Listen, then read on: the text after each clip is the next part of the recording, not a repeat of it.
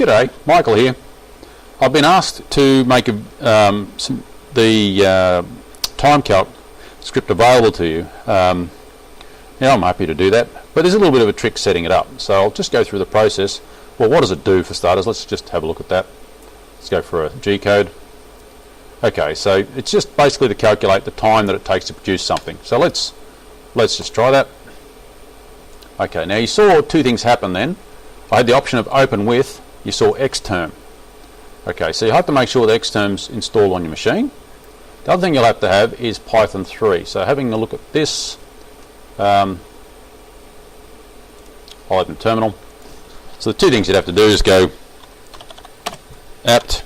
Now if you're using a Fedora based system, it might be DNF. If it's Windows, you might have to scratch around and find the sources, same with Apple.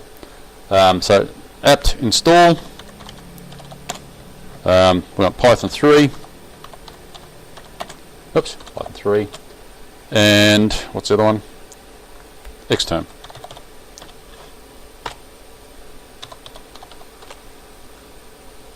Now on my machine obviously both those things are installed, but if it wasn't, it would go ahead and install that for you. So they're the two things you'd need to have, they're dependencies of this system. It doesn't use any fancy drivers or anything, so Python 3 should be enough in its own right. And Xterm is basically a part of the X environment, but it's a nice little simple terminal. As you can see here, it's quite a basic I'm here to work type of terminal, nothing too fancy. Alright, so that's that. So once you've made sure you've got Python and Xterm installed, you need to get my script. Now, what is my script? You can see up here in this X terminal, we've got timecalc.py. So I'll just maximize this. Actually, maybe I'll open another one, maximize it. So let's see what is it actually loading when I go timecalc.py. The command to find that is which. So which timecalc.py. That one. All right. So you can. I'll get it spurted out on the screen. Cat string which. Beautiful thing about the Linux command line is you can stack. Actually, you can stack commands together quite nicely. Time_calc.py. So that's if you're trying to look for a file, which one you're actually loading, you can use the command which. And if you want to see what which is displaying, but look at the contents rather than just knowing which one it is, you can do that. And there we go. We've got the contents of what that file is. Now, there's my command up here. Cat string which timecalc.py, right? Here's where it executes Python 3 to run this script itself. That's a nice little trick they've got there. So that says, hey, I'm launched by Python 3. Now, there's a few things you need to do here. I'll explain some functionality within this. This move delay is one that I've gone backwards and forwards with calculations, having bench tested quite complex designs.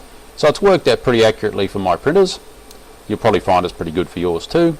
There is a number down here, base time. Now that's a flat 15 minutes added to the job to allow for things like warming up and cooling down the hot bed and stripping it and preparing it for the next print.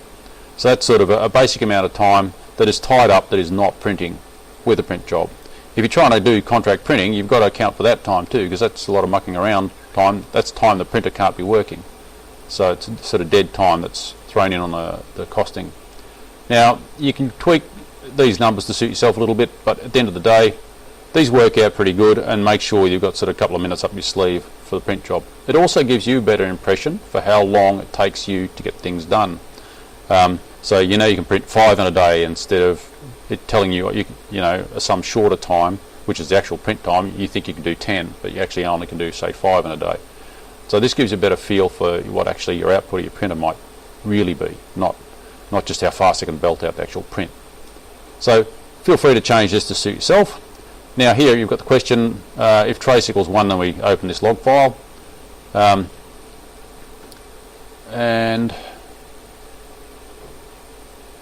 I think that's about it. In any case, I mean, I've only spent a small amount of time writing this script, and it seems to work quite well, so I stopped working on it any further. But being in Python, it's quite open. If there's something you see that you need to change, you can make those changes. But by all means, if you do make changes, share it back to me so we can get this out. It's not exactly a I guess I'm going to make this open source, but how can I say, if you're going to make changes to it, make sure you share that back. Okay, I'm happy for you guys to use this, but if you make some modifications, let me know, share it back, and I can also put it out there for others. Alright, well that's enough of the sort of, I'm going to call it legals. Right, so we've got that content. Now what you'd have to do is obviously copy and paste it out of the YouTube text, or I might have this uploaded to a Google Drive turnout. Okay, so I'm actually going to show you what I would want you to do. Okay, I'm just going to go copy. Let's open a text editor for a second.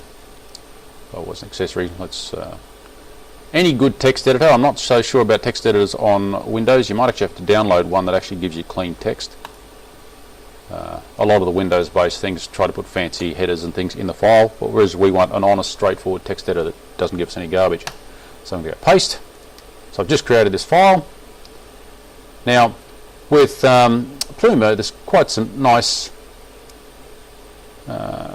features. It is actually a really highly featured but clean, simple editor that normal mortals can use, unlike things like Vi, which take ages to learn. Well, I think that does anyway. We've got Python here somewhere. Script. Oh, there we go.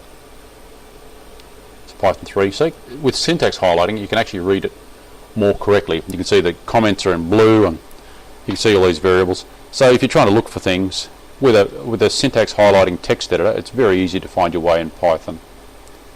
Okay, so Pluma's not the only one. I think there'll be probably 50 of them available on Linux to give you a nice, clean, simple text editor with highlighting and so forth. So working on source code is very easy. You'll have to find something like that for Windows or Mac. Anyhow, that's enough of that. So you'd have to save it as something. So I'm just going to call it time. I'll just make it longer, calculator, so you can see me do a calculator dot. I can really call it anything I like, but py. See, I've got this one in a long name, whereas this other one's timecalc.py. Now this is going to save it to Michael, which as Michael I can't put it in the administrators area. Now I wouldn't be surprised if we can do this slightly differently. Let's go to, just clear this junk off the screen. So if I go ls, there should be timecalculator.py. There we are. Now that's in white. The highlighted colours, watch, if we go ls-la, now time calculator, which there is read write by the owner, not executable, read write by the group. In this case, the group is also called Michael. And do the general outside world, everybody, it's just read only. So what we need to do is change it to executable. So we go chmod plus x time. I just press the tab key to make that complete. Now ls minus la, and you'll see that time calculator is now in green with this colour highlighted. But if you don't have colour in your output, read write executable, so it's completely readable, writable and executable by Michael. Readable, writable and executable by the group Michael. Readable and executable by others, but not writable. So the world can't change it, but can run it and see it. Okay, so if you don't have access to user bin as an unprivileged user, if it's not your machine, you can actually run it from here. Let's just do that. So I'm going to show you an unprivileged version of it. Open with, other application, use a custom command, and in this case we can just actually go back to Michael's home. Time calculator is what I'm looking for, there we go. That. But we're going to have to open it in external. So xterm -e. We can get rid of all that. open. So now we've run it from our own folder. It doesn't really matter where it's put if you do it this way, and you can run it as an unprivileged user. If you want it set up on your system, obviously you have to get on as administrator. So sudo. This is a bit of a dangerous way of doing it, but this is why I tend to like doing it. Now I'm on as the administrator, and I can do anything. As you can see, my username's changed from Michael to root, which means I'm the root user. Okay, so we can go cp, time, yada yada yada, to user bin. Remember the / afterward.